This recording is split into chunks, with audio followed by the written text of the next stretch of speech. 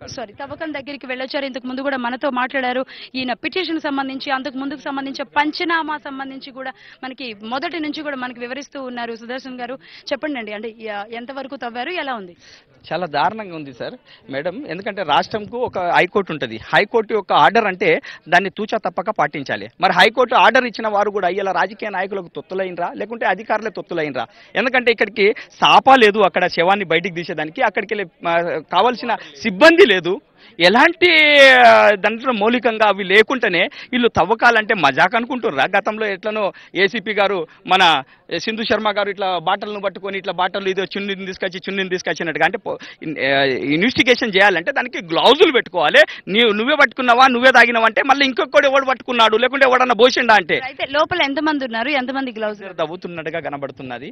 తర్వాత అక్కడ తల్లిదండ్రి, తర్వాత జడ్జి గారు గాల్లే కనబడ్డారు. ఇంకా వేరే వాళ్ళని నేను చూడలేకపోయాను. ఎంతవరకు తవ్వారండి? అయితే ఎందుకు చేతులు గ్లౌజులు వేసుకోలేదు ఇవన్నీ?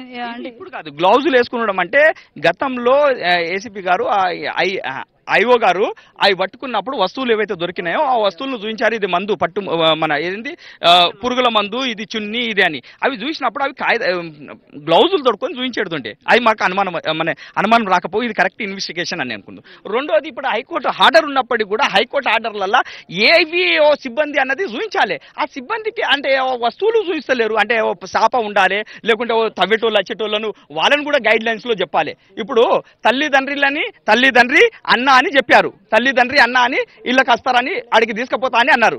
కానీ అక్కడ ఇంకా సిబ్బంది ఎవరుంటారు? జడ్జిని అన్నారు, జడ్జిని చెప్పారు, ఇద్దరు డాక్టర్లను చెప్పారు. మరి తవ్వేటోళ్ళని కూడా చెప్పాలి కదా. అది ఏదీ లేదు. ఆడ ఈడికి వచ్చి మమ్మల్ని అంటే నేను తవ్వేటి వాళ్ళు మీ ఊరు వాళ్ళు కదా, ఈ ఊరు వాళ్ళే. కానీ ఆ గైడ్ లైన్స్లలో వాళ్ళని కూడా చూపాలి, వాళ్ళని కూడా సిబ్బందిని ఏర్పాటు చేయాలి.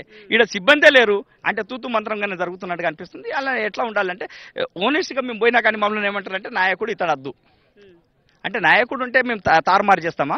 ఏ పుట్టమధు మీరు తవ్వడానికి వెళ్ళారు, ఇద్దరు వ్యక్తులు కావాలని ఇప్పుడే వచ్చారు, అప్పుడు మీరు వెళ్ళారు. నేను వెళ్ళాను, నేను తవ్వుతాను. ఎందుకంటే మానవ దృక్పథంతో అది ఏందో మనం చూద్దాం అన్నట్టుగా నేను వెళ్ళాను. నేను తీసేదానికి వెళ్ళాను, నేను ఏందో వైలేట్ చేసేదానికి కాదు. ఎందుకంటే గతంలో పుట్టమధుకు భయపడి ఆ సిఐ చేసిన పనో లేకుంటే ఎస్ఐ చేసిన పనో ఆ పని మేము చేయము. మేము మానవత్వ దృక్పథంలో ఉన్న వాళ్ళం. ఆయన అధికారంలో ఉండి కూడా చేసిన తప్పును కప్పిపుచ్చేదానికే అధికారులు కూడా ప్రయత్నం చేశారు. కనుక ఈ తేలిన దాంట్లో ఇది గాయాలు బియాలన్నీ కనబడ్డట్టయితే, ఇరిగిపోయిన బొక్కలన్నీ కనబడ్డట్టయితే ఖచ్చితంగా సిఐ ఎస్ఐ అదే కాకుండా డాక్టర్ల పైన కూడా చర్యలు తీసుకోవాలన్నది మా డిమాండ్. రైట్. అయితే మీరు కూడా వెళ్ళొచ్చినట్లుగా తెలుస్తుంది. అంటే ఎంతవరకు అంటే ఎంతవరకు సగమైనా పూర్తయింది, ఇంకెంతసేపు? మట్టి తీశారు, మీది మందం మట్టి తీశారు. గట్టిగా సెటిల్ రాగిడి భూమి కనుక అలా ఏది వేసినా కానీ తవ్వినా కానీ లోపట్లకి అనేది వెళ్ళది. మట్టి పారేసినా కానీ అదానికి అతుక్కుంటది. అదాన్ని ఏం చేయాలంటే మెల్లగా చేయిలతోటి తీయాలి, ఇట్లా పెగిలించిన కొద్ది. దానికి ఓపిక ఉండాలి. ఆ ఓపిక ఉండేదానికి మాకు ఓపిక ఉన్నది, మేము పోతాం అన్నట్టుగా మానవ దృక్పథంతో మేము పోయాం. కానీ మమ్మల్ని చేయనీయలే. ఎందుకంటే ఏమో చేస్తాడు అన్నట్టుగా. మేము ఏం చేస్తాం, మా దగ్గర కెమెరాలు లేవు, ఏమీ లేవు. మేము సింపుల్గా పోయి పని చేసేవాళ్ళం. ఎందుకంటే మేము కష్టజీవులమే, మేమేం పెద్ద షో పుటప్ చేసేటోళ్ళం కాదు అని మేము గెత్తు చేసాం. కానీ కాలేదు, ఇది బాధగా ఉన్నది. ఇళ్ళ కూడా ఏదో కింద మీద జరుగుతుందని. ఎందుకంటే అమ్మా నాన్నకు కూడా ఒక కెమెరా ఇచ్చి ఒక పిల్లగాన్ని, వాళ్ళు అమాయకులు, వాళ్ళు చదువు రానోళ్ళు, వాళ్ళతోటి ఒక చదువుకున్న కొడుకునో లేకుంటే ఎవరినన్నా పంపించినట్టయితే వాళ్ళు ఒక కెమెరా పడుతుంది. మీ కెమెరా ముందుగా చెప్పారు కదా, ఇద్దరు తల్లిదండ్రులతో పాటుగా ఒక బ్రదర్ ను కూడా అలౌ చేస్తామని లోపల. అలౌ చేయలేరు. ఇద్దరినే తీసుకున్నారు. తర్వాత వాళ్ళ మామను, ఆ అబ్బాయి చనిపోయిన అబ్బాయి వల్ల బావని తీసుకున్నారు. అతన్ని కూడా తీసుకున్నారంటే తవ్వేదానికి తీసుకున్నారు కానీ చూడేదానికి కాదు. అర్థమైందా? అంటే ఇది మనకు పారదర్శకత. హైకోర్టును కూడా ఈ రాష్ట్ర ప్రభుత్వం మెజిస్ట్రేట్ ఉన్నారు ఇక్కడ, మెజిస్ట్రేట్ సమక్షంలోనే జరుగుతోంది. అయినా ఎందుకు మీరు టెన్షన్ పడుతున్నారు? సబ్ మెజిస్ట్రేట్, జిల్లా మెజిస్ట్రేట్ కాదు, సబ్ మెజిస్ట్రేట్ కుషా గారు, సబ్ మెజిస్ట్రేట్, జిల్లా జడ్జి కాదు, అంతే చీఫ్ మేజిస్ట్రేట్ కాదు. ఇలా కూడా అంటే పారదర్శకత లేదన్నట్టుగానే కనబడుతుంది. అది తర్వాత వచ్చినాక ఒకవేళ అది తప్పుగా వెళ్ళినట్టయితే ఈ శవాన్ని మళ్ళీ కూడా మేము ప్రజల పక్షాన, ప్రజలతోటి ఉన్న నాయకులు, అంటే ఇప్పుడు ఎంఆర్పిఎస్ తరఫున మందకృష్ణ మాదిగా చెప్పారు, సిట్టింగ్ జడ్జి మన రిటైర్డ్ జడ్జి చంద్రకుమార్ గారు, మరి ఎందరో రాజకీయ నాయకులు కూడా పెద్ద వాళ్ళు దాని మీద దృష్టి పెట్టారు. ఇది ఒకవేళ తప్పుడు వెళ్ళినట్టయితే రాష్ట్ర స్థాయి కాదు, జాతీయ స్థాయిలో ఆందోళన చేపడతాం. ఇది మనుధర్మ మనుధర్మ శాస్త్రాన్ని ప్రకారంగా ఇయ్యాల మా ఊళ్ళని చంపినట్టుగా ఇది మనుధర్మ శాస్త్రాన్ని నడిపిస్తున్నట్టుగా కనబడుతుంది.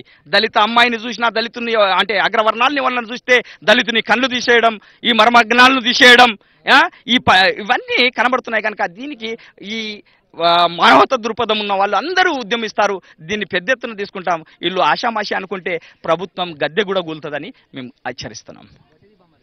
రైట్, అంటే ఓకే చెప్పండి. మాది మంతిని.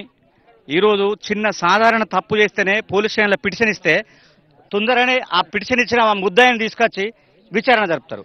కానీ ఈరోజు మంతిని మధుకర్ హత్య విషయంలో మొదటి నుంచి కూడా చట్టం న్యాయంగా వివరించలేదు. ఎందుకంటే మేము ఆ రోజు ఉన్నాం, చూసినాం, అతని అన్ని గాయాలే ఉన్నాయి. మరి తల్లిదండ్రులు ఆ బ్రదర్స్ అనుమానితుల పేర్లు ఇచ్చారు. వాళ్ళను 20 రోజుల నుంచి కూడా ఒక్కరోజు కూడా స్టేషన్కి పిలిచి ఎంక్వైరీ చేయలేదు, విచారణ జరపలేదు. వాళ్ళు దర్జాగా తిరుగుతుంటే తల్లిదండ్రులకు బాధ అనిపించి అప్పుడు ప్రజా సంఘాలు ఎంటర్ అయి దీనిలో చేయడం జరిగింది. మొదటి నుండి సిఐ గారు దీన్ని తప్పుదో పట్టించారు. ఆయన రాజకీయ పలుకుబడికి ఒత్తిడికి లొంగిండ్రా, దేనికి డబ్బుకు లొంగిండ్రా, ఏం జరిగింది మొత్తంగా మధుకర్ను మాత్రం హత్య చేసిండ్రు. అమ్మాయిని పిలిపిస్తే తక్షణం ఈ విషయం మీద బయటకు వస్తుంది. అక్కడ మధుకర్ను దింపొచ్చిన అబ్బాయిని కూడా పిలిపిస్తే ఏం జరిగింది అనేది కూడా బయటకు వస్తుంది. అబ్బాయిని విచారణ చేయలేదు, అమ్మాయిని విచారణ చేయలేదు, కేవలం ఆత్మహత్యని ఆయన మినమామ చెప్పడం, సిఐ గారు చెప్పడం, తల్లిని కట్టెతో కుట్టడానికి పోవడం, ప్రజా సంఘాలు చేస్తే వాళ్ళను తొక్కివే ప్రయత్నం చేయడం, రాజకీయ నాయకులు చేస్తే వాళ్ళను కావాలనుకుని అనడం, అసలు ఏం జరుగుతుందో అర్థమవుతలేదు ప్రజలకు. తల్లిదండ్రులను తప్ప బ్రదర్స్ను వణుతలేరు, ఇక్కడ వీడియో తీస్తలేరు. మాకు ఈ దీని మీద కూడా అంత నమ్మకం అనిపిస్తలేదు. రైట్, అంటే మొత్తానికి ఇది పారదర్శకంగా అయితే జరగట్లేదు అని మళ్ళీ దళిత సంఘాలు అయితే ఆరోపిస్తున్న పరిస్థితి నెలకొంది. ఎందుకంటే మరో 2 వ్యక్తులు అవసరం కావాల్సి వచ్చినప్పుడు ఇక్కడున్న వ్యక్తి వెళ్లారు, అయితే కొంచెం మాత్రమే తీయడం జరిగింది. భూమి చాలా గట్టిగా ఉంది కాబట్టి కాస్త ఇంకా టైం పట్టే అవకాశాలు ఉన్నట్లుగా తెలుస్తోంది. అయితే మా తరపు నుంచి కూడా ఒక వీడియోకి అవకాశం ఇస్తే వచ్చే నష్టం ఏంటని డిమాండ్ చేస్తున్నారు. తల్లిదండ్రులు చదువుకోని వాళ్ళు కాబట్టి కనీసం వాళ్ళ బ్రదర్నైనా అలౌ చేసి ఉండాల్సింది, ఏం జరుగుతుందనేది స్పష్టంగా తెలిసి ఉండేదంటున్నారు.